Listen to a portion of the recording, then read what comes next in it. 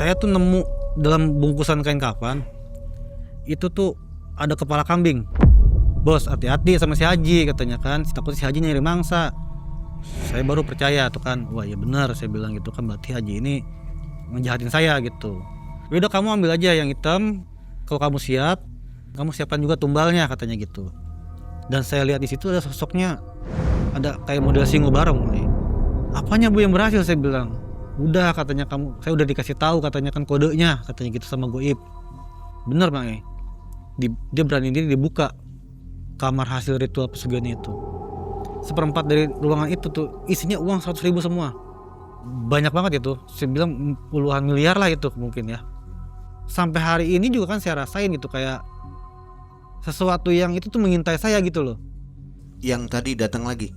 Bukan, beda ini mah, yang ini mah. Banyak sekali ya? Iya, kalau yang ini udah 3 berarti ya? Iya. Jadi waktu melakukan pesugihan itu makhluk-makhluk ini ada? Ada, tapi kalau yang paling ganas yang ini nih, yang baru ini. Cerita ini. Iya, maaf ya, Mak. Nggak apa-apa. Maaf. Biar memang natural kan. Ini adanya begitu. Iya. Nggak dibuat-buat.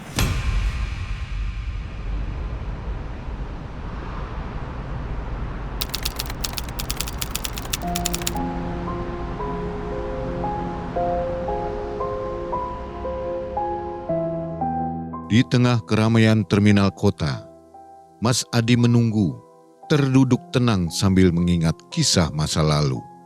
Teriknya siang tak membuat hatinya menjadi ragu untuk menunggu tim malam mencekam di hari itu. Jemputan untuk membawakan kisah nyata yang baru tentang sebuah kisah pesugihan yang terasa sendu. Di tengah kesuksesannya sebagai petani kentang muda, harapan sirna di waktu panen yang tak pernah ia duga.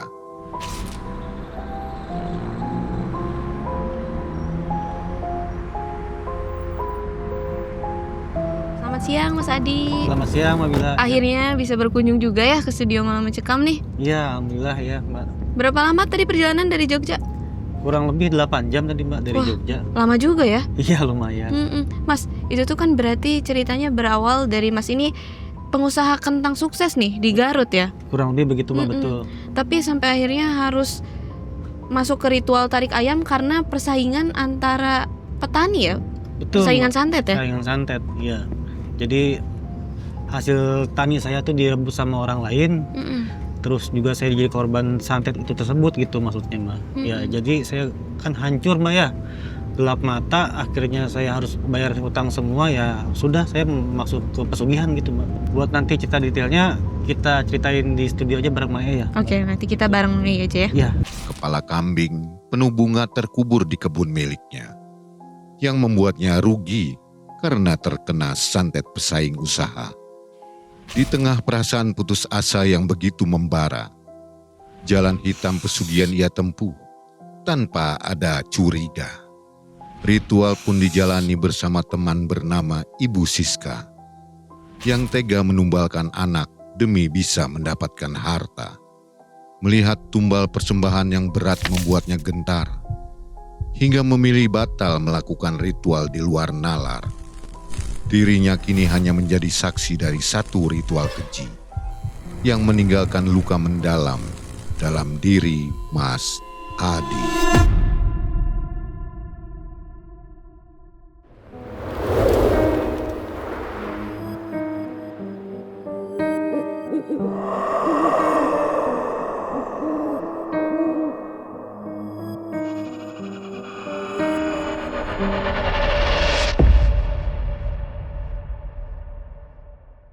Assalamualaikum warahmatullahi wabarakatuh.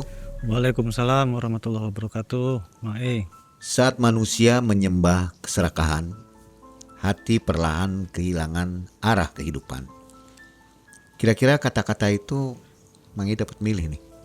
Mungkin cocok dengan kisah hari ini ya. Iya. Ini kisahnya milik atau pengalaman dari Mas Adi. Iya betul. Mas Adi, apa kabar Mas Adi? Baik-baik Mae, alhamdulillah Mae. Gimana, sehat Mae? Alhamdulillah. Iya.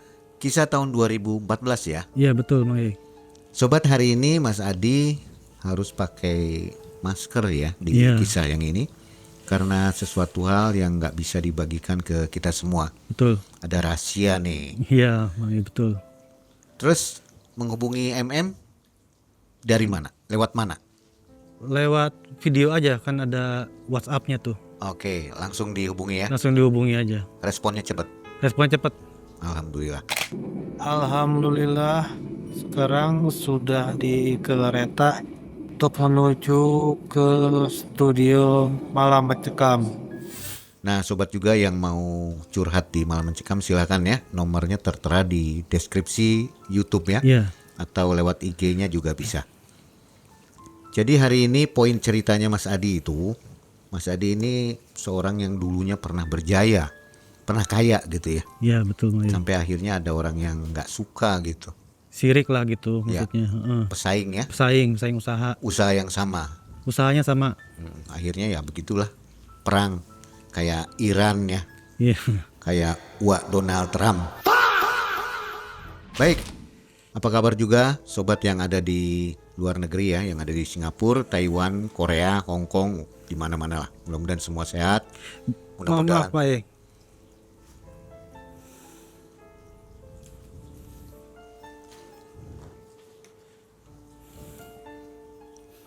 Sepertinya ada interaksi ya. Iya.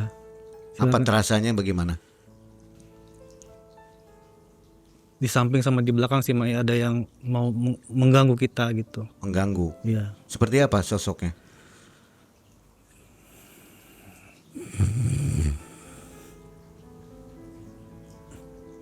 Kalau yang di pojok kanan sana Mang E seperti rambutnya gondrong, mata merah. Cowok cewek? Dia nih ngeliatin ke saya nih Mak ini. Kayaknya dia nggak mau ini. Bukan cewek, bukan cowok. Dia bentuknya itu seperti buta. Ya. Kenapa dia marah atau mau interaksi dengan Mas Adi ini? Ya sepertinya dia ingin tahu aja gitu. Pengen tahu aja sih apa sih gitu kan yang mau diceritakan gitu mungkin Mak E. Kepo gitu ya? Kepo dia. Tapi nggak marah ya? Menyaksikan aja sih. Pengen Menyaksikan nonton aja. gitu? Iya. Oke. Nah sobat, itu ada interaksi yang bukan dibuat-buat ya. Mas Adi sendiri memang ketajaman sensitif ya terhadap ini, terhadap goib. Ya kurang lebih ya Mak E. Sering terjadi seperti ini. Kalau saya mau menceritakan ini memang sering terjadi begitu.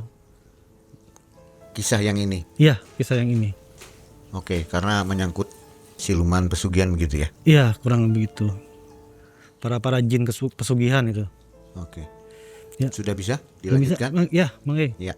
Nah sobat yang ada di luar negeri ya, apa kabar? Mudah-mudahan semua sehat, semua rezekinya melimpah. Dan sobat yang ada di tanah air, terima kasih sudah selalu mendukung Malam Mencekam. Saatnya kita nonton kisah Mas Adi di tahun 2014. Ya. Malam Mencekam Semakin malam semakin mencekam. untuk sobat Mas Adi.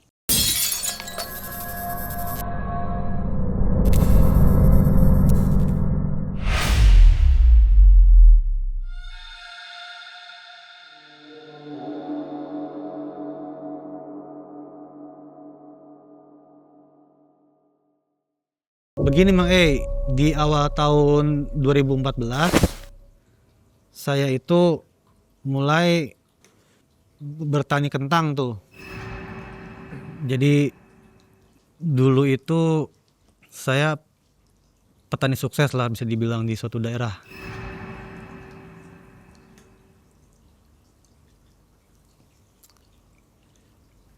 Ada lagi Mang E.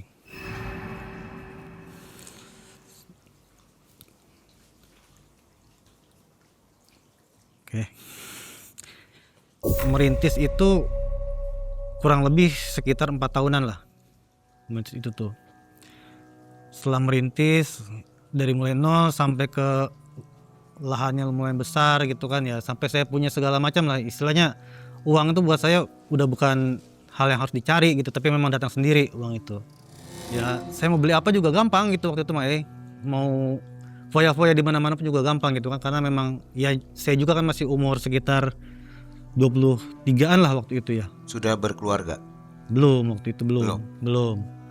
Nah kemudian saya tuh sering hura-hura apa gimana gitu kan ya. Ya udahlah namanya uang gitu kan ya, kita nggak inilah ya, nggak ngambil pusing gitu waktu itu.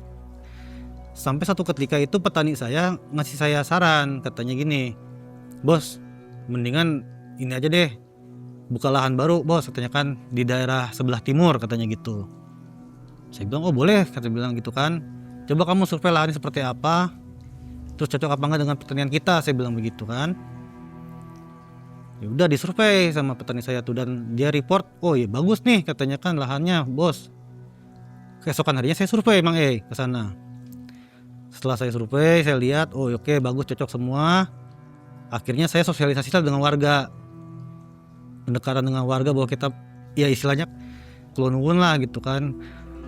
Permisi, kita kan maksudnya mau sebagai orang luar, kita mau bercocok tanam di situ gitu kan, bekerja sama dengan petani daerah situ gitu. Nah singkat cerita semua berjalan lancar lah, 1 kali panen, 2 kali panen kan semuanya lancar tuh. Sampai satu ketika saya itu udah mulai terkenal nama saya di daerah timur situ tuh, udah mulai terkenal saya Mang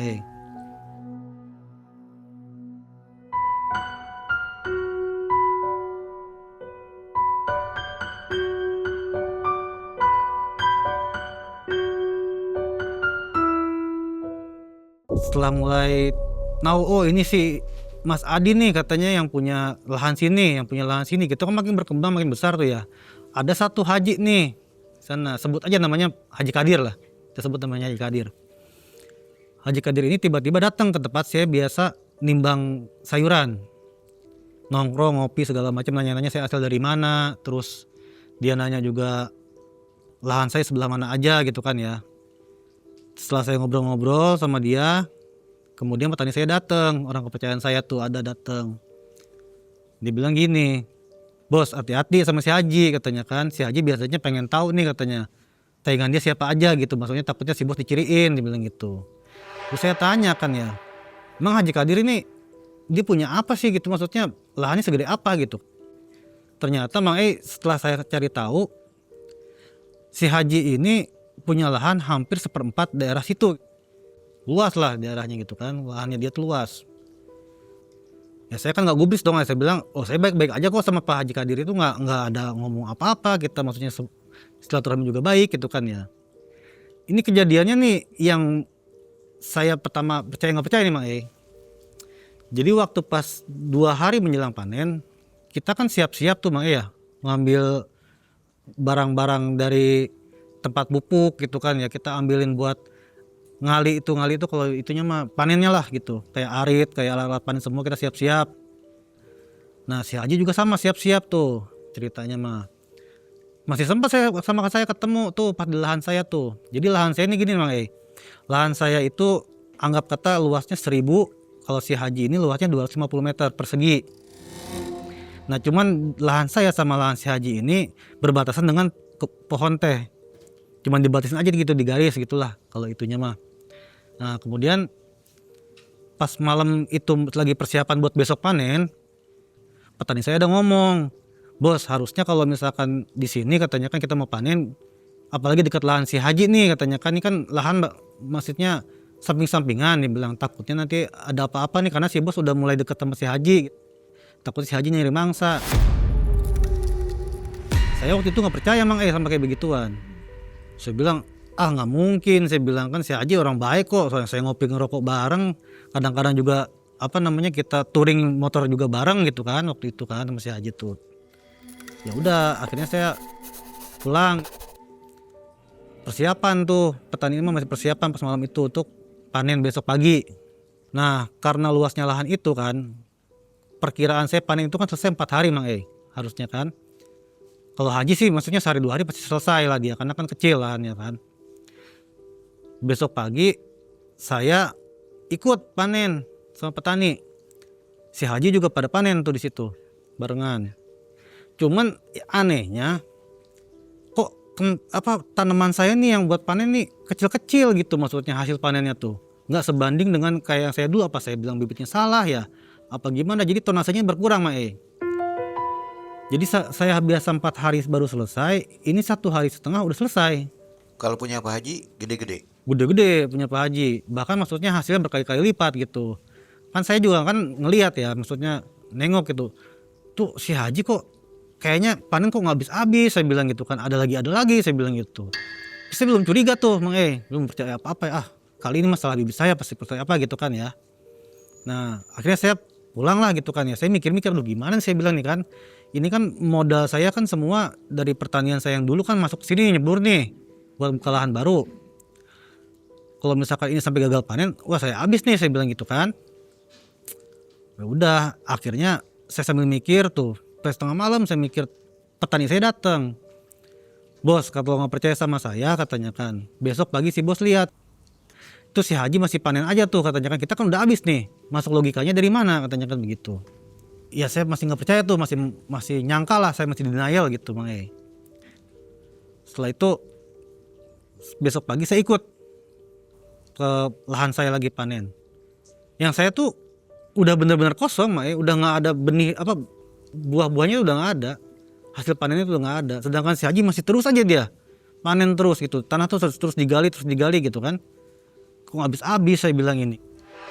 Nah singkat ceritanya tuh, petani saya ngelihat tadi malam saya ada satu ya hal yang mencurigakan. Dia bilang, apa? Saya bilang, coba si bos kesini katanya kan, dia ngajakin saya ke perbatasan pohon teh itu Mang ngajakin ke situ. Nih lihat nih bos, ini ada kentang nih bisa nyangkut di pohon teh, gimana ceritanya nih katanya gitu. Ada benih-benih kayak begini nih katanya gitu kan. Lah iya saya bilang kan, kok bisa ya sampai di dalam pohonnya itu ada gitu loh, maksudnya tuh di situ tuh ada nyangkut, sampai di atas juga pada ada gitu kan. Aduh, saya bilang apa ya ini ya, udah gini aja lah kata petani saya, udah kita coba hubungin ini aja apa namanya, guru spiritual anggap kata gitu, kayak mbah yang orang ngerti lah ya di daerah sana, daerah Kulon katanya gitu. Udah dibawa lah saya ke sana tuh sama si petani saya, dan petani saya itu bawa apa namanya, bawa hasil panennya itu dibawa ke si Aki itu namanya, sebut aja namanya Aki Ii ya, pokoknya nama Aki Ii. Dibawa sama Aki Ii, dikatanya ini loh, kamu tuh nggak tahu ya kalau kamu tuh lagi dijahatin sama orang katanya gitu kan, kata si Aki itu pas saya sampai ke sana sama petani. Loh emang gimana Ki, saya bilang, kamu kalau nggak percaya katanya kan, nih saya belah nih buahnya katanya, saya syariatin, saya jampe-jampe, nanti kamu akan tahu sendiri kalau misalkan benar kamu kena jampe-jampe katanya kan, dijahatin orang, berarti kentang ini akan bau kemenyan. Wah udah, saya dikerjain lah tuh sama si Aki itu kan, kerjain. Baunya bener tuh Mang bener-bener menyengat, bau kemenyan satu rumah waktu itu. Itu dibelah terus disyariatin sama dibaca-baca lah gitu. Setelah itu saya baru percaya tuh kan, wah ya benar saya bilang gitu kan, berarti Haji ini begini nih saya bilang gitu kan, ngejahatin saya gitu. Si Aki ini kan bilang katanya, udah gini aja lah katanya kan, hitam dibalas hitam, putih balas putih katanya gitu. Ini kan dia pakai jalur hitam, kamu juga harus pakai jalur hitam katanya kalau kamu mau menang, dia bilang. Saya bilang, saya nggak mau, saya bilang jalur hitam, ntar ada resikonya apa nggak ada. Cuman dalam hati saya masih nolak nih Mang saya nggak mau gitu kan ya, takutnya ada apa-apa gitu kan. Ditambah lagi juga saya kan nggak percaya dengan hal seperti itu gitu waktu itu tuh kan. Nah singkat cerita, si Aki ini bilang gini aja katanya kan, kalau kamu nggak percaya ini ilmu hitam, saya kasih tahu nih dari tempat pupuk kamu, padahal dia belum pernah tuh Mang belum pernah ke lahan saya tuh, belum tahu, di Nerawang kayaknya kan, di Terawang. Tempat pupuk kamu katanya sebelah sini katanya kan, kamu jalan ke arah barat 200 langkah katanya. Di situ nanti malam kamu gali. Ya, gali tuh saya lakuin loh, pokoknya apa yang dikata si Aki ini saya ikutin. Si gali malam-malam tuh sama petani saya. Tiba-tiba saya tuh nemu dalam bungkusan kain kafan itu tuh ada kepala kambing yang udah bau tuh. Posisinya di mana? Di tengah lahan itu. Di tengah lahan yang saya gali itu, ditaruh sama dia. Kepala kambing terus dibungkus kain kafan, pas saya buka ada kemenyannya, ada bunga apalah itu, buah rampe begitu kan.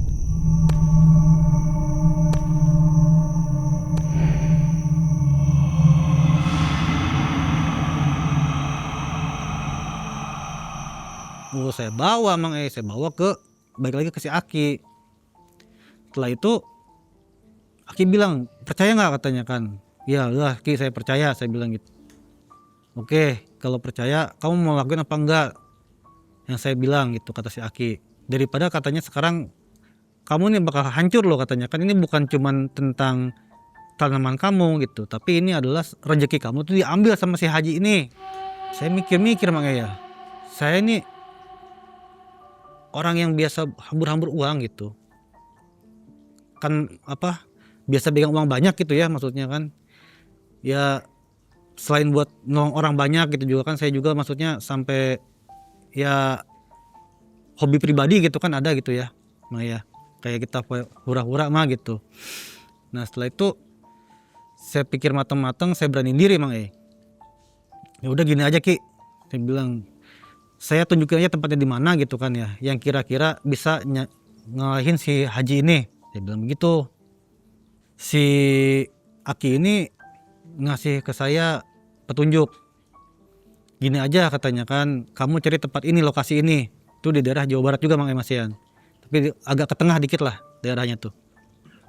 Di pegunungan waktu itu. Nah terus si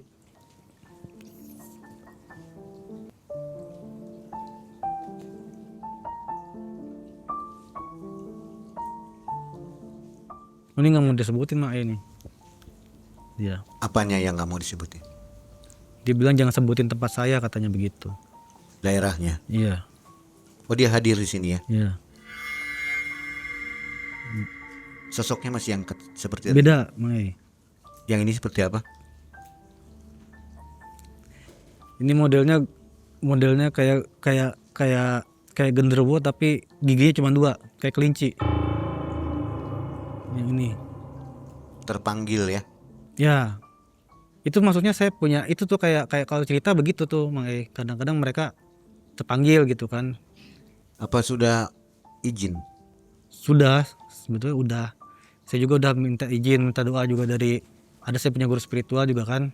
Ya udahlah gitu, udah oke. Cuma biasa kan kadang-kadang pengen tahu mungkin gitu kan. Tapi gimana, marah dia? Enggak marah. Ya pengen tahu aja gitu. Ya maksudnya hanya jangan dispesifikan gitu tempatnya. Hanya bilang gitu aja sih. Jadi ya bisa dilanjut sih Mang. Oke.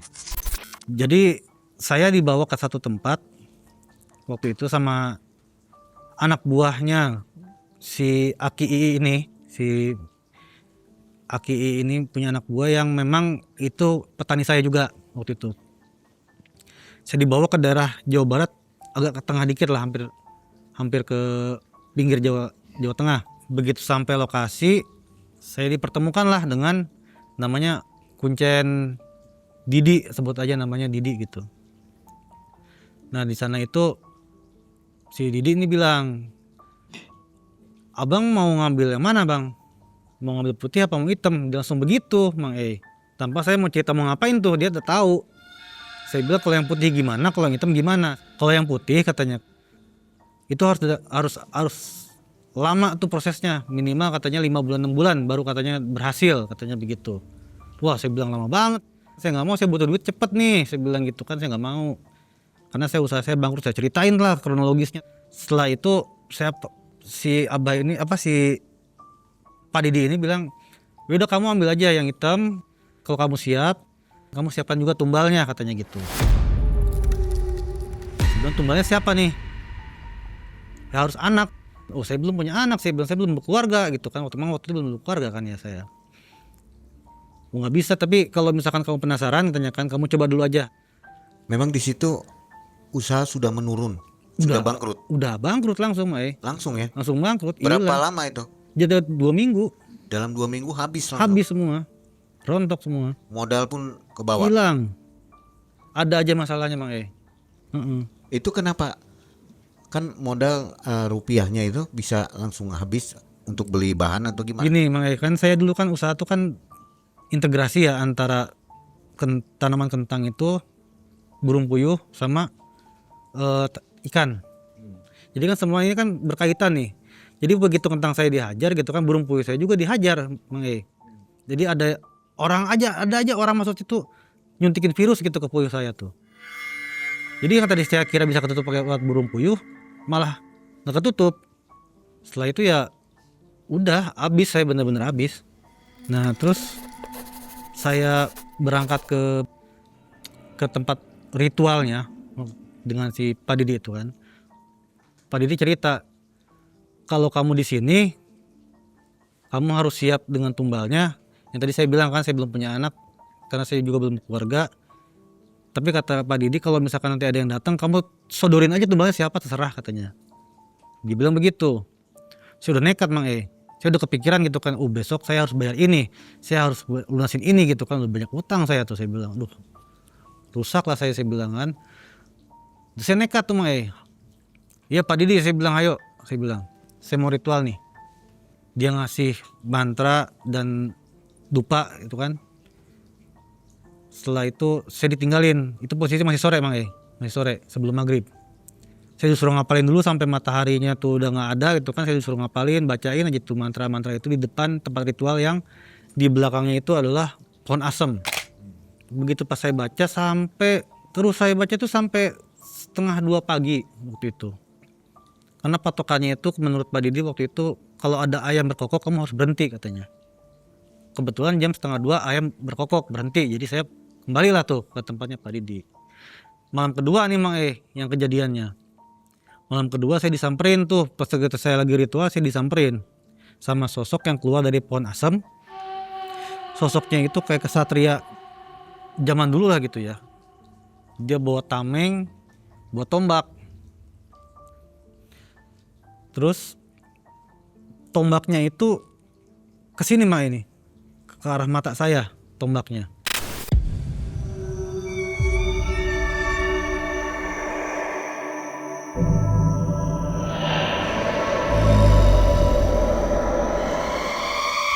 Saya bilang kan kaget saya, karena saya baru pertama kali pengalaman begitu tuh. Lari saya Mang nggak berani. Cuman di kuping saya kedengeran, kamu nggak ada haknya katanya di sini, dia bilang begitu di kuping saya tuh. Sambil saya lari tuh Mang menuju ke rumahnya si Pak Didi itu. Setelah itu Pak Didi saya ketok-ketok, Pak, assalamualaikum Pak, tolong Pak, saya bilang. Dia buka pintu, matanya udah melotot, udah merah-merah. Pokoknya saya nggak mau tahu katanya kan, kamu besok pagi harus pulang. Kamu udah ngerusak saya di sini, dia bilang, kata Pak Didi begitu. Kecewa dong saya Pak Mang Apa artinya itu kan, dia nggak menjelaskan apa-apa gitu kan. Sampai pagi pun saya tungguin dia nggak ada penjelasan apa-apa gitu. Nah setelah itu saya pulang lah gitu kan ya. Saya mau pulang karena tempat dari Pak Didi itu lumayan jauh. Pak Didi minta tolong ke tetangganya, ini anterin anak inilah katanya kan, bikin sial aja dia bilang, biar ngerusak saya aja gitu. Ke tetangganya ngomong begitu. Anterin katanya kan sampai pinggir jalan, sampai ketemu bis aja katanya biar dia pulang tuh. Marah dia.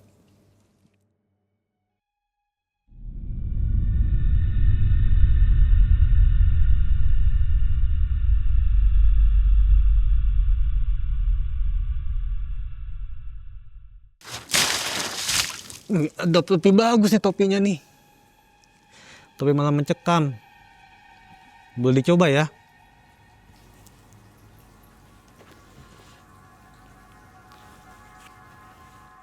Keren nih topinya nih. Jadi pengen punya. Nah setelah itu si tetangganya ini bonceng saya pakai motor. Di jalan cerita-cerita, Kang ada masalah apa? Saya ceritain lah kejadian tentang ada yang dari pohon asem itu, saya ceritain. Gini aja Kang, katanya Kang kalau misalkan emang bener-bener nekat, bener-bener berani, katanya gitu ngelawan begitu, saya punya tempat yang jitu katanya kan, yang memang itu terkenal katanya. Itu orang-orang sukses dari situ semua. Bener nih saya bilang kan, di mana saya bilang gitu kan, dan butuh biaya apa enggak saya tanya gitu kan, berapa biayanya kalau ada. Enggak, udah katanya pokoknya datang aja ke sana dulu biar tahu sendiri, bukan kata saya, biar si Akang lihat sendiri. Akhirnya saya dikasih lokasinya, patokannya apa dan namanya siapa waktu itu sama si tetangganya si Pak Didi ini kan. Berangkat saya tuh menuju ke lokasi sana tuh. Waktu itu saya berangkat siang, nyampe ke sana udah hampir maghrib lah waktu itu. Setelah itu nyampe ke lokasi, saya pertama kaget Mang kok ini tempat, katanya tempat orang pinter gitu kan ya, tempat orang pesugihan gitu, tapi kok ini yang parkir mobil-mobil mewah semua, saya bilang. Yang parkir kayak mobil, wah pokoknya mah pejabat lah gitu. Nah, saya kan tanya-tanya tuh kan sama orang situ kan, ada siapa aja nih di sini yang apa, maksudnya ada jenis apa aja gitu yang bisa dilakuin di sini gitu kan. Ternyata dia multifungsi. Ada dia buat penglaris, ada buat pasang susuk dan segala macem tuh, dan pesugihan pun ada di situ kan. Nah, setelah itu saya daftar kan, di situ kan ada macam pendaftaran, saya daftar, perkenalan diri, ceritain masalahnya apa, mau apa. Jadi terpisah nih Mang tempatnya nih, untuk susuk sebelah sini, untuk penglaris sebelah sini gitu ya, pokoknya tuh berjejer tempatnya tuh rumahnya. Tapi si dukunnya mah satu, itu aja, dukunnya mah satu. Karena saya ngambil pesugihan, saya dikelompokkan lah di sebelah kanan lah gitu. Jadi rumahnya si dukun ini berderet 3. Tengah itu rumah utama, kanan itu rumah untuk ritual pesugihan, yang kiri itu ritual non pesugihan gitu kan, kayak penglaris, kayak susuk gitu. Saya tuh dikelompokkan lah ke ritual pesugihan karena saya daftar pesugihan waktu itu. Terus di situ ada 3 orang Mang E. Saya datang terakhir. Nomor 2 ini ada ibu-ibu. Nomor 1-nya ada orang agak tua lah. Dia yang pertama kali akan diritualkan gitu sama si dukun. Si yang pertama dipanggil masuk, dia kan. Sambil si pertama masuk, saya ngobrol nih sama si ibu-ibu nih. Saya ini perkenalan lah gitu kan, saya Mas Adi. Oh iya, saya Ibu Siska katanya. Ini nama udah saya samarin nih. Nah ya, namanya udah saya samarin, Bu Siska ini. Saya Bu Siska katanya. Cerita tentang masa lalu dia gitu kan, bahwa dia itu adalah seorang yang kaya raya memang gitu. Emang orang punya gitu. Cuman karena dia kesalahan dari teman suaminya, perusahaan yang lagi dia kelola sekarang itu pabrik plastik gitu ya, bangkrut dan dililit hutang. Jadi dia mau nebus lah istilahnya, yang nominalnya tuh kata dia puluhan miliar bangkrutnya tuh. Dia cerita, kalau saya punya hutang kan nggak segitu. Saya bilang, Bu, saya punya hutang nggak segitu, Bu. Oh gitu ya Mas, kata. Kalau misalkan saya sukses nih, si Ibu ngomong begitu. Kalau misalkan saya ini pesugihannya sukses, Mas ikut sama saya aja, bantu-bantu saya lihat Masnya ini pekerja keras dan sebagainya lah, dia kan. Karena udah ngobrol tuh, kita tuh udah cerita panjang lebar lah tentang masa lalu kita seperti apa gitu kan, backgroundnya kita juga udah kita tuh cerita. Oke, setelah itu gak lama kita ngobrol, yang pertama nih Mang orangnya keluar dengan muka tertunduk gitu, maksudnya kepala tertunduk gitu kan, mukanya gue tunduk kayak orang gagal lah gitu. Terus si dukun dari dalam tuh maki-maki, lu jangan balik lagi ya katanya kesini, awas lu ya katanya begitu. Waduh, saya bilang ada apa lagi nih, saya bilang kan, tapi ini pasiennya nih banyak nih, masa dia nipu kan, saya bilang gitu ya. Teriak-teriak. Dukun ini teriak-teriak, ngeliatin orang pertama kali tadi masuk tuh, yang bapak-bapak. Dia ngusir, kayak setengah ngusir. Jangan lu balik lagi kesini katanya kan, lu awas lu ya, dibegituin Mang Kenapa itu? Nah itu ceritanya gini, ketika waktu pas si ibu ini dipanggil, ayo masuk katanya kan, nomor 2 sini. Saya juga diajak masuk Mang Udah kan saya nomor 3 nih, tapi diajak masuk. Itu masnya yang belakang, ayo katanya ikut sekalian sama saya. Pak, mas ibu ini nih masuk ke dalam rumah dia. Saya tanya, nyun sewu mbah gitu kan, memang ada apa gitu kan, kok tadi orang ini itu loh katanya kan, masa kan ritual pesugihan gak mau modal, dia bilang gitu Pak. Jadi gak mau beli uga rampe dan menyatakan kalau ini tuh palsu semuanya gitu loh Mang Ya akhirnya dia maki-maki lah, gak percaya. Itu masalah yang utamanya sih itu, dia menghina lah gitu profesinya si Aki ini, jadi diusir sama dia gitu kan. Si Abah ini bilang, orang itu ya katanya kurang ajar, gak percaya sama saya. Udah gitu katanya, kalau pesugihan itu kan udah ngorbanin sesuatu katanya kan, masa sekarang saya harus keluar uang juga katanya begitu. Komplain lah ceritanya masih orang tua yang tadi tuh, makanya diusir. Dan si Abah UU ya namanya ini ya, udah saya samarin, si Abah UU ini bilang, makanya sekarang saya pengen pembuktian aja deh katanya gitu, biar ada saksi mata. Bila mana si ibu ini gagal ataupun hasil, katanya kan ada si masnya nih yang menyaksikan gitu. Ya udah saya bilang ya saya ikut aja gitu ya, maksudnya oke lah nggak apa-apa gitu kan ya, yang penting saya dapat bagian nih, maksudnya bagian untuk urutannya gitu loh, untuk pesugihannya. Tapi ternyata si dukun ini bilang gini, si Abah U-nya nih. Tapi kalau misalkan ibu ini gagal, ini pesugihan akan saya tutup selama berapa puluh hari lah waktu itu. Karena untuk penetralisir segala macam. Tapi kalau ini hasil ya udah masnya silakan maju nextnya gitu, berikutnya. Gitu. Oke. Akhirnya setelah si Mbah U ini ngobrol sama si ibu berapa yang diminta, dia ngobrol tuh berdua tuh makanya saya nggak ini ya, ngobrol berdua dia. Pokoknya yang saya cuma ngedengar sedikit gitu berapa yang diminta dan berapa maharnya gitu waktu itu. Setelah itu si ibu balik, si Mbah U ini dia balik ke kamar ritualnya dia sendiri gitu, kamar pribadi dia. Saya ngobrol sama si ibu, Bu, emang ada maharnya Bu? Ada. Tanyakan berapa Bu? Waktu itu 7.500.000 maharnya tuh. Katanya buat beli ayam, buat beli ubur rampe. Saya bilang, aduh Bu, saya nggak bawa uang sebanyak itu, saya bilang, untuk ritual ini. Terus kalau misalkan ibu gagal atau itu gimana, saya harus gimana nih? Kalau misalkan ibu hasil tuh saya nggak bisa dong, saya bilang kan nextnya. Nggak usah inilah Mas, katanya, tenang aja Mas, kalau saya pasti hasil. Dia ngomong gitu mah, yakin banget dia emang dia hasil. Saya juga bingung apa yang diomongin sama si Mbak U ini, saya nggak tahu gitu. Cuman dari mimik mukanya, dari raut mukanya bener-bener si ibu ini udah bener-bener yakin dah, saya pasti hasil kalau misalkan seperti itu mungkin gitu ya, konteksnya kan gitu. Setelah itu si Aki ini masuk kamar ritual, entah apa yang dilakukan, dan saya sama si ibu ini ngitung uang untuk pecahan-pecahannya tuh, pecahan-pecahan yang akan dimaharkan Bang E. Jadi yang 2.500.000 itu untuk beli ayam, 5 jutanya itu untuk sajen dan ubur rampe kan. Karena pecahannya kalau misalkan yang untuk beli ubur rampe itu harus 50.000. Kalau yang untuk ayam itu 100.000 tuh. Waktu itu pecahannya tuh. Udah siap Bu, katanya kan, mana uangnya, saya mau belanja. Tuh. Nah, selama saya lagi belanja, ibu siapin nih, katanya kan, tuh di belakang ada kandang ayam. Ibu duduk aja di depan kandang ayam ya, tunggu sampai saya balik lagi, katanya gitu. Tapi belanja itu nggak lama Mang saya bingungnya tuh. Dia belanja itu nggak nyampe 10 menit, balik lagi. Terus kan saya diajakin tuh, ayo Mas, ikut Mas ke kandang ayam ke belakang nih, katanya, ke dekat rumah saya. Ya udah, saya ikut Mang. Selama prosesi itu kan si Aki itu dia masang pasak gitu loh, pasak di depan kandang ayam itu kayak buat nalin ayam gitu kan. Saya kira mau dipotong di situ gitu waktu itu tuh. Nah, setelah itu si Aki ini bilang, Ibu, uang yang tadi mana, yang 100.000 yang totalnya 2,5 juta dipinta sama si Aki kan. Oh ini ya, katanya, kita dikasih tuh. Setelah itu saya terima ya, katanya, ini adalah mahar untuk ibu melakukan perjanjian dengan gitulah ya, perjanjian dengan gitu. Saya hanya sebagai pembukanya, saya hanya sebagai penghulunya, katanya gitu. Saya terima. Oh iya Pak, katanya kan, diterima. Udah.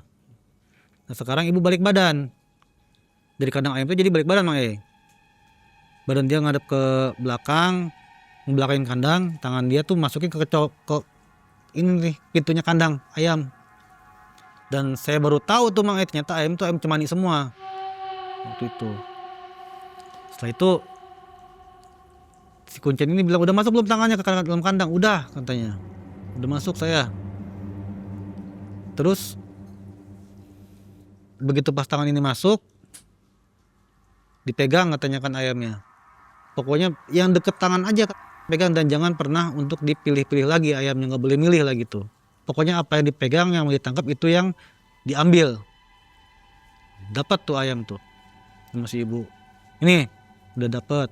Oke, pas udah dapat, ditaliin ayam itu di pasak yang tadi tuh, pakai tali itu, pakai tali kayak rapia modelnya gitu tuh, ditaliin kakinya. Kat lu ya, kat lu nih. Minum. Bukan. Biasa yang biasa itu, yang ini, yang kalau cerita yang ini emang itu. Yang tadi datang lagi. Bukan, beda ini mah, yang ini mah. Banyak sekali ya. Iya, kalau yang ini Udah 3 berarti ya. Iya. Jadi waktu melakukan pesugihan itu makhluk-makhluk ini ada. Ada, tapi kalau yang paling ganas yang ini nih, yang Baru ini. cerita ini. Cerita ini. Memang saya selalu diganggu itu, Bang. Kalau itu. Boleh minum dulu? Ya boleh. Ntar nanti diambilin. Oh, iya. Duduk aja. Makasih, Mas. Jadi sobat, di kisah ini Mas Adi seringkali mengalami gangguan ya. Kalau Mas Adi ini sensitifnya sejak kapan ya? Sensitif ke hal-hal goib. Semenjak saya nganterin ibu ini, Bang. Dulunya enggak ya? Enggak pernah saya. Enggak. Jadi ibu ini tuh ketemu di sana kan ya? Iya, ketemu di sana.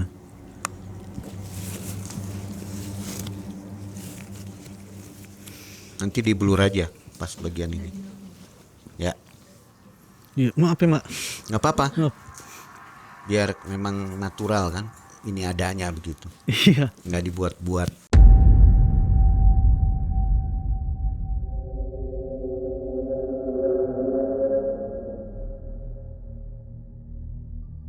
Jadi di pasar itu ditaliin pakai rapia kakinya si ayam, dan si ayamnya ini dikasih makan tuh. Dikasih makannya itu di bentuk mangkok tapi dari daun pisang, Bang. Dan dalam daun pisangnya itu ditaruh uang yang tadi 2.500.000, dipatok-patokin tuh sama tuh ayam. Uangnya 2.500.000 itu. Nah, setelah itu si ibu ini suruh ke dalam sama saya kan. Udah Mas, sama ibu tunggu di dalam ya katanya. Ini sebentar lagi saya mau menjelaskan katanya kan. Jadi si Mbak U ini nggak menjelaskan, Bang. Ini ritual-ritual apa nggak menjelaskan. Apa karena saya nggak tahu gitu ya mungkin ya. Atau masih ibu itu mungkin dia udah ngomong. Saya nunggu di dalam ruang tamu lah gitu, ruang tamu.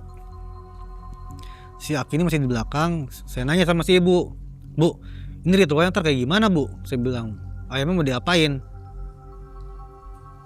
Saya juga belum tahu katanya kan. Saya cuma taunya suruh nebus ayam cemani.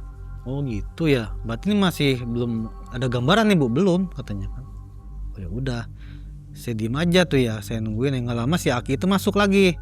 Masuk megang mangkok tadi tuh, Mang, yang dari daun pisang yang patok-patokin dengan uang 7.500.000 dikasih ke si ibu. Ibu taruh sini ya depan ibu ya katanya kan. Taruh sini, nanti saya jelasin. Saya ngambil alat saya dulu. Dia masuk ke dalam kamar ritualnya dia tuh, si Mbak U-nya. Dari kamar ritual dia keluar bawa pisau, Mang. Pisau yang mungkin pisau khusus lah gitu kan. Baru dia cerita dengan gamblang. Gini ya katanya. Ini khususnya untuk ibu, karena ibu akan menjadi pelaku nih. Jadi gini, Bu. Ayam ini nanti tuh yang di luar yang kasih bawa ke sini, ibu harus potong ya, Bu. Harus potong, harus ibu sembelih lah, digoreng gitu. Sampai putus. Cuman kalau misalkan pisau ini katanya kan udah nempel di kulit ayam, jangan sekali-kali ibu berani lepasin itu pisau. Jangan sekali-kali ya, Bu, katanya kan. Jangan nanggung-nanggung lah. Kalau nggak nanti efeknya akan kemana-mana nih. Oke, siap katanya kan. Saya udah siap semua resikonya. Akhirnya udah tuh diambil ayamnya, dan di mangkok itu tuh bener-bener ditaruh di depan si ibu kan. Si Mbak U ini bilang, ini darahnya nih, Bu, ya, nanti harus di sini katanya kan, dan kepalanya juga harus di sini nih, harus dalam mangkok. Usahain gimana caranya harus di situ. Dan ayam ini ibu yang pegang sendiri beserta pisaunya. Jadi ayamnya harus dikempit gitu, Mang. Dikempit begitu tuh. Dikempit ayamnya. Jadi tangan kirinya megang pisau, tangan kanannya megang ayam. Dia nyembelih pakai tangan kiri waktu itu. Saya masih bingung tuh ya, ini kok buat apa nih kan gitu kan. Terus duitnya dari mana gitu, katanya kan duitnya bakal miliaran katanya kan ya, saya bilang mati. Saya liatin aja posisinya kan.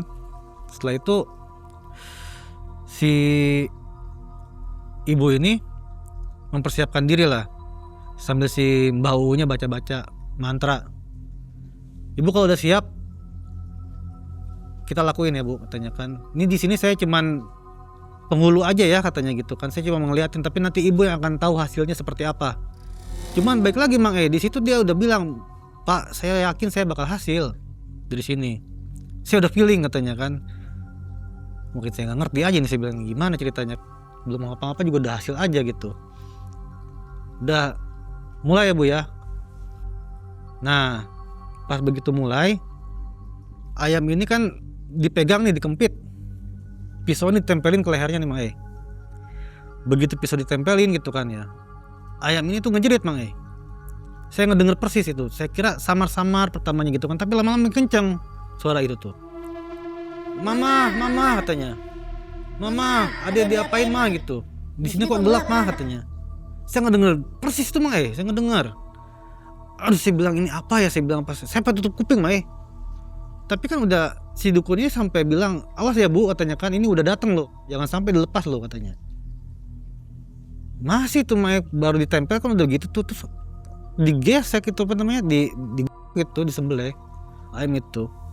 Begitu pas disembelih, mama sakit, anaknya tuh suara Mang E, suara anak perempuan masih kecil tuh saya, kalau saya itu ya masih ada di kuping saya terus itu kan. Saya bilang ini apa ini, kok ibu ini nggak berhenti gitu loh Mang, kata saya mah nggak berhenti ibu ini, masih dilanjutin terus kan. Itu kan motongnya bukan seperti kita nyembelih ya Mang E, itu tuh motongnya begitu tuh, ngegesek terus tuh. Semakin digesek dia semakin teriak ayam itu sampai keluar air mata. Mama ada sakit diginiin, mama ada sakit diginiin, ada salah apa mama, sampai teriak-teriak. Itu ayam tuh teriak di kuping saya tuh, kedengerannya begitu. Kok nggak berhenti, saya bilang gitu kan, nggak berhenti gitu, apa ini cuman ini aja gitu kan. Tapi ya memang ayam itu darahnya udah ngucur tuh Mang E, masuk ke dalam mangkok yang daun pisang tuh. Nah setelah itu kan masih terus menjerit di kuping saya. Pokoknya suara anak itu masih terus menjerit di kuping saya tuh. Setelah lehernya putus, dimasukin, si ibu ini senyum, ini kita hasil. Saya merinding, dia ngomong begitu. Apanya saya bilang, udah pokoknya kita hasil, kata si ibu itu ke saya. Dan darah ayamnya yang ngumpul itu sama kepala ayamnya kan dimasukin ke dalam mangkok daun pisang itu kan. Dukunnya malah ngasih jempol, berani Bu katanya kan, hebat, sukses, kata si Mbah itu dukunnya. Ibu tuh masih senyum-senyum aja gitu. Saya bilang, ibu sebenarnya ibu dengar nggak sih Bu ada suara apa Bu gitu? Nggak ada dengar apa-apa saya. Suara apa yang saya, nggak ada kok Mas katanya.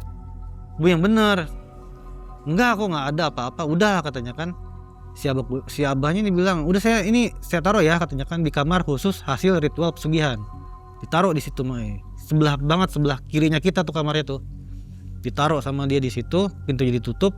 Si abahnya bilang, udah saya mau ke kamar pribadi saya nih, silakan katanya kan, ditunggu hasilnya. Saya kira ditunggu hasilnya gimana nih ya, tapi saya masih penasaran nih Mae sama si ibu. Ibu dengar nggak Bu suara yang tadi Bu, suara anak kecil loh, saya bilang, anak kecil perempuan loh, saya bilang, umur sekitar 5, 6, 7 tahun lah, saya bilang gitu kan. Saya nggak dengar apa-apa, itu mah kamu halusinasi kali, dia bilang begitu Mang E.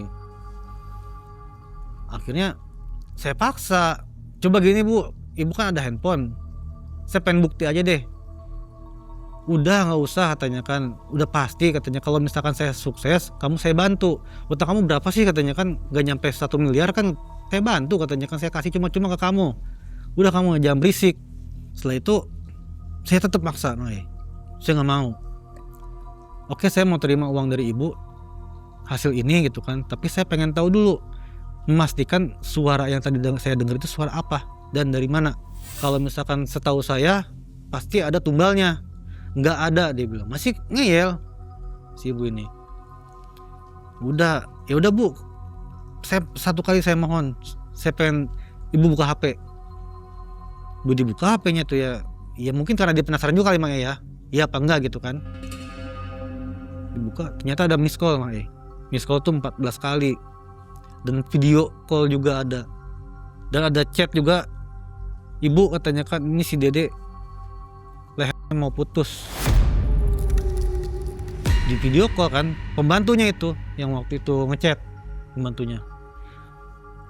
Saya cuma ngeliat sekilas Mang E ini dari samping.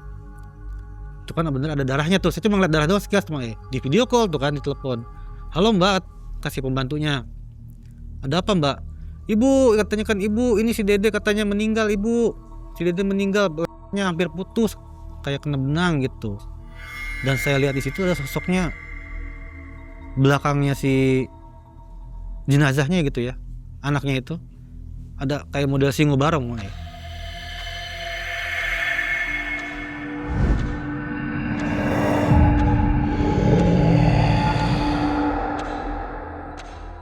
Entah kenapa saya waktu itu bisa ngeliat itu gitu, kelihatan gitu sosoknya singo barong gitu kan, yang lehernya tuh bener-bener dijerat gitu, entah pakai apa lah. Si ibu ini bilang gini Mang, ini nih, saya bilang ibu ini kejam lah. Dia malah playing victim. Dia bilang gini, saya udah tahu pelakunya siapa, kita tuh lagi disantet. Ini saya lagi di luar kota, saya lagi memburu katanya. Saya lagi memburu pelakunya. Ngomong begitu Mang. Padahal kan dia yang ngelakuin. Tapi nggak ada yang melakukannya ya? Nggak ada yang melakukannya. Jadi tipis ininya tuh, tipis banget gitu, kayak orang penjerat gitu loh, modelnya. Cuman kalau misalkan saya waktu itu ngelihat di belakang itu ada kayak model singo barong gitu. Jadi si orang ini nih pembantunya ya gitu ya, bilang ibu sekarang harus pulang. Dede kasihan loh ibu. Udah diem aja kata ibunya. Setelah itu lagi video call ya Mang ya sama si pembantu itu kan. Tiba-tiba lampu mati waktu itu. Di ruangan itu lampu mati. Setelah lampu mati, tiba-tiba bunyinya tuh kayak korek dilempar tes itu. Udah gitu rumahnya agak kayak gempa sedikit.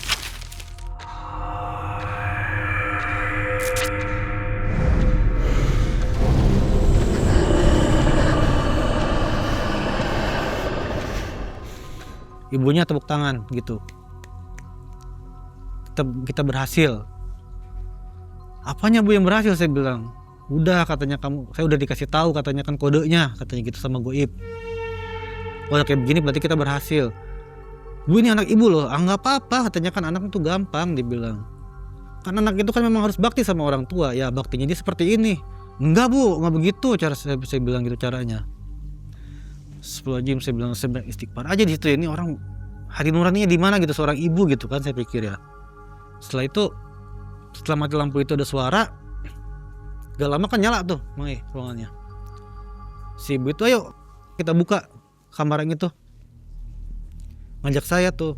Saya bilang saya nggak mau Bu, ibu aja, orang bapak kuncinya aja belum keluar gitu kan, Mbah Uunya tuh belum keluar, belum ngapa-ngapain. Udah saya yang punya kuasa sekarang di sini. Karena saya udah deket dengan si goibnya. Bener Bang dia berani diri dibuka kamar hasil ritual pesugihan itu. Saya ingat ruangannya itu saya ukur dengan ubin ya, dengan lantainya itu ya. Itu kalau nggak salah 4x3 Bang luas ruangannya. Berarti sekitar 12 meter persegi ya. Tingginya saya kira 3 meteran lah tingginya tuh. Itu seperempatnya Bang seperempat dari ruangan itu tuh isinya uang 100.000 semua. Seperempat ruangannya itu. Jadi penuh ruangan itu dengan uang.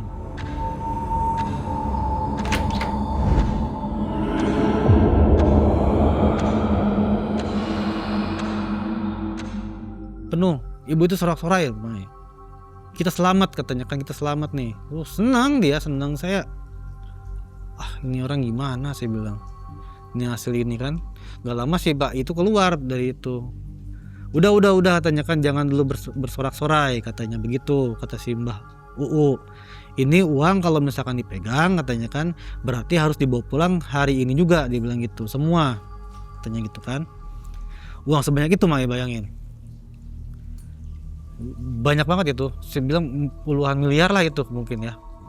Udah gini aja katanya kan saya telepon anak buah saya. Anak buah saya ada di bawah tuh katanya kan lagi nungguin mobil.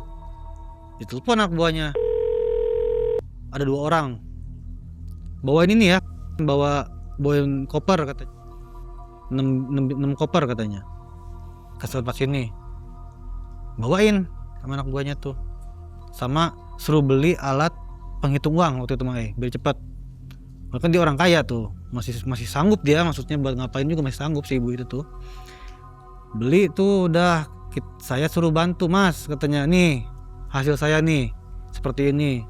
Udah Mas, nggak usah khawatir dengan kehidupan Mas, masa depannya seperti apa Mas, nggak usah takut, saya bantu Masnya sampai Mas itu sukses katanya.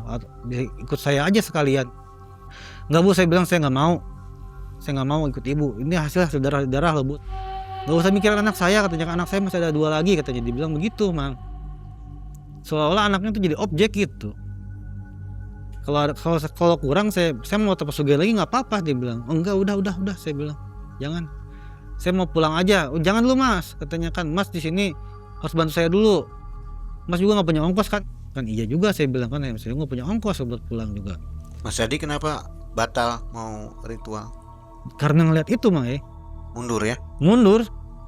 Itu kejam banget soalnya Mang sampai putus, kan hampir putus gitu lah. Dan darah di mana-mana, dan luar biasa lah buat saya. Menjeritnya itu loh saya nggak kuat itu Mang. Rapiin lah tuh ya, dengan terpaksa nih Mang saya rapiin nih. Saya rapiin karena memang saya buat ongkos juga pulang. Kemudian saya bilang, ayo semua dimasukkan semua ke dalam koper deh, kita bawa turun semua uangnya gitu kan. Cuman ternyata 6 koper itu nggak cukup Mang 6 koper itu nggak cukup. Akhirnya terpaksa tuh kita nyari koper baru. Saya berangkat berempat, berarti kan saya, si ibu, dan 2 anak buahnya, dengan koper-koper yang udah udah ditata rapi itu kan di mobil. Sisanya masih ketinggalan. Kan si bapak itu kan bilang kalau misalkan malam ini harus tuntas katanya kan gitu kan. Nah, begitu pas lagi nyari koper nih, saya kan turun tuh ke toko koper tuh sama si ibu. Si anak buahnya entah gimana dia kan ngerokok nih di depan parkiran mobil. Tiba-tiba saya dengar bunyi kayak ban meletus, gedes gitu kan. Apa tuh? Tapi saya ngelihat itu, ini orang kok kayak apa? Jatuh di tanah gitu, kayak kesakitan gitu mulutnya. Kayak kenapa ya? Kenapa pas dilihat ternyata ininya mulutnya kayak kena petasan Mang Panik kita Mang ya. Cuma kan kita dikejar waktu nih. Ini harus selesai malam ini gitu kan ya. Itu kita udah keburu-buru banget itu waktu itu. Setelah itu si orang ini kita bawa ke rumah sakit. Itu koper tuh belum jadi dibeli itu Mang karena ngurusin orang ini dulu nih. Dibawa ke rumah sakit kan, kita tinggalin di rumah sakit karena kita ngajar bawa beli koper. Terus segala biaya juga ditanggung sama si ibu, diserahin duit. Nah ini ada buah yang kedua nih sekarang. Ternyata juga ada hal yang janggal yang terjadi Mang Jadi waktu pas kita beli koper ke dalam udah dimasukin, saya nyetir mobil kan, karena yang orang yang nyetir tadi kan kena celaka tuh. Saya nyetir mobil. Saya lagi nyetir mobil, dia lagi makan gorengan tuh Mang si anak buah yang kedua nih. Namanya saya samarin si Thomas lah. Saya samarin Thomas namanya. Si Thomas nih makan gorengan. Tiba-tiba makan gorengan tuh kayak keselak Mang batuk-batuk nggak berhenti sampai dia mau narik setir saya tuh, hampir kita celaka tuh Mang. Akhirnya saya minggirin mobil, nggak bisa ditolong, jadi keselaknya tuh aneh gitu. Sambil keselak tapi sambil lama-lama badannya pada biru. Udah janggal nih kan, udah nggak bener nih. Udah Bu, sebenarnya kita buru-buru aja deh sambil kita ambil koper ke atas, kita bawa. Kan kita tanyain ada apa gitu kan ke si Abah saya bilang gitu.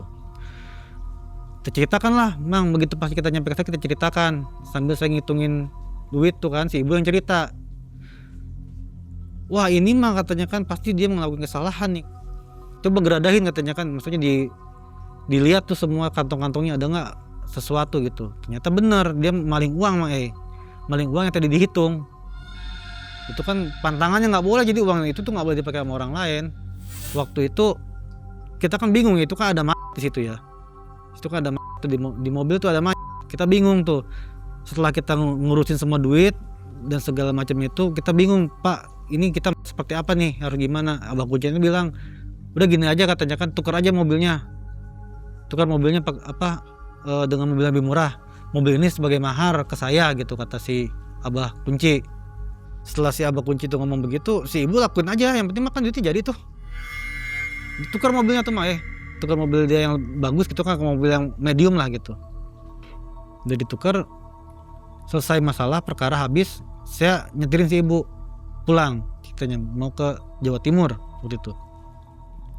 Tapi di perjalanan saya bilang, Ibu, setelah banyak kejadian seperti ini, mohon maaf saya mau mundur, saya nggak mau ikut Ibu, saya bilang. Dan kan jelas Bu, kalau misalkan uang itu nggak bisa dipakai sama orang lain, saya bilang gitu kan. Saya harus seperti apa nanti ininya? Mau ngelunasin utang juga? Enggak Mas, katanya kan. Masnya bisa kok kalau misalkan Masnya pakai gaji, pakai segala. Oh, saya nggak mau, saya bilang. Dasarnya ibu punya uang ini kan berdasarkan hasil daripada ditumbalkannya anak ibu, saya bilang.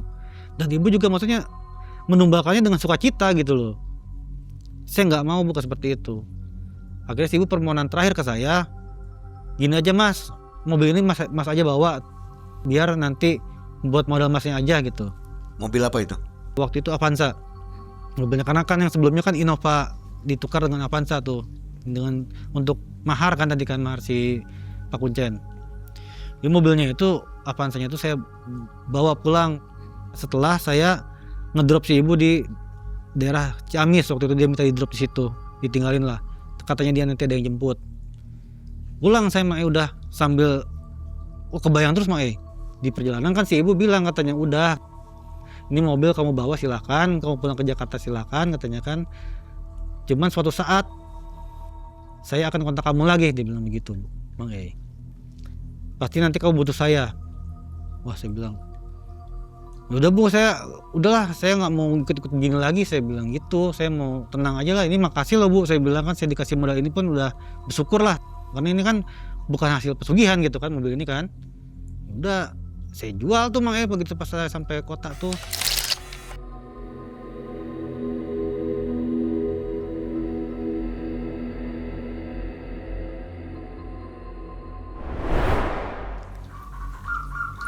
Nah selang 2 bulan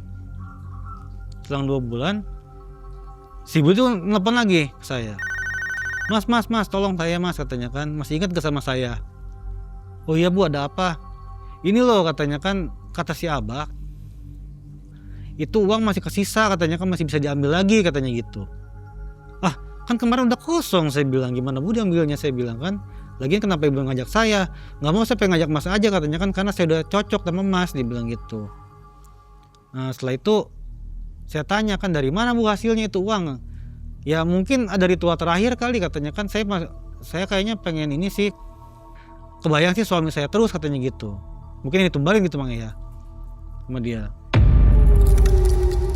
Maksudnya gimana Bu? Kalau misalkan emang kita berangkat ke sana, ntar ibu mau ritual lagi apa seperti apa? Ya udah saya mau ritual lagi dengan suami saya aja, katanya kan, yang jadi korbannya, dibilang gitu. Itu belak-belakan dia makanya ngomong sama saya. Karena suami saya tuh udah nggak bisa kerja, katanya kan, udah merugikan saya udah banyak, dan anak saya udah hilang 1 gara-gara dia tuh. Jadi saya mau tumbalin aja sekalian. Udah saya nggak mau Mang. Saya di situ langsung tutup kontak. Saya bilang, Bu mohon maaf, ini kontak kita terakhir, saya bilang. Jangan ngubungin saya lagi. Udah kita nggak usah ngomong-ngomong soal pesugihan lagi Bu, saya bilang gitu kan. Udah tutup semua, saya bilang. Udah tuh Mang.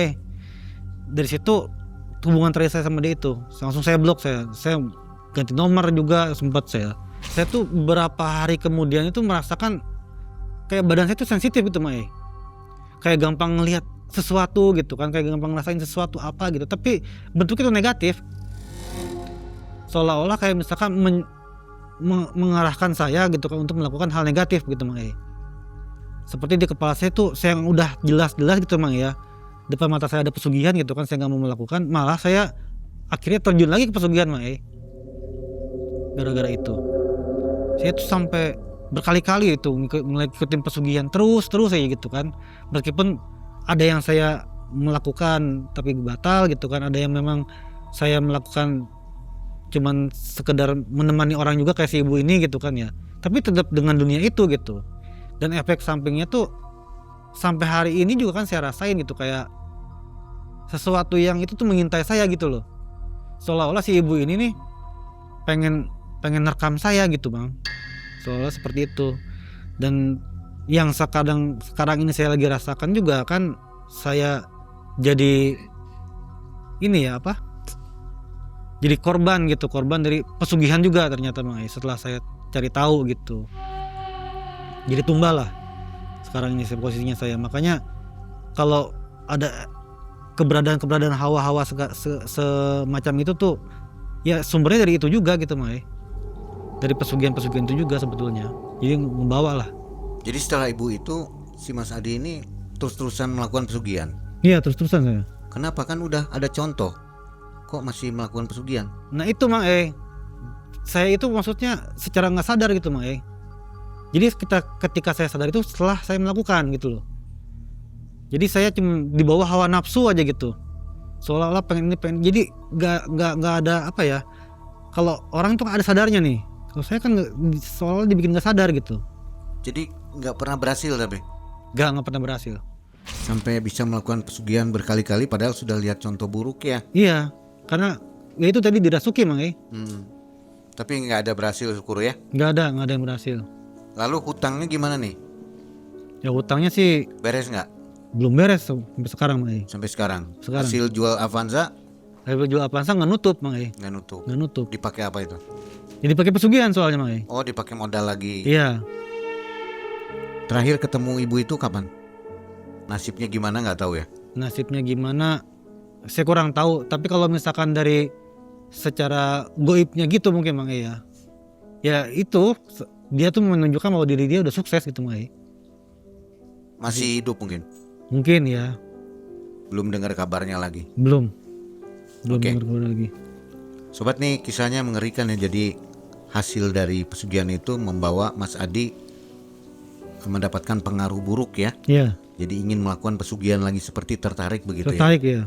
Baik, Mas Adi, mungkin dari pengalaman ini Mas Adi bisa berikan pesan untuk penonton Malam Mencekam sedikit.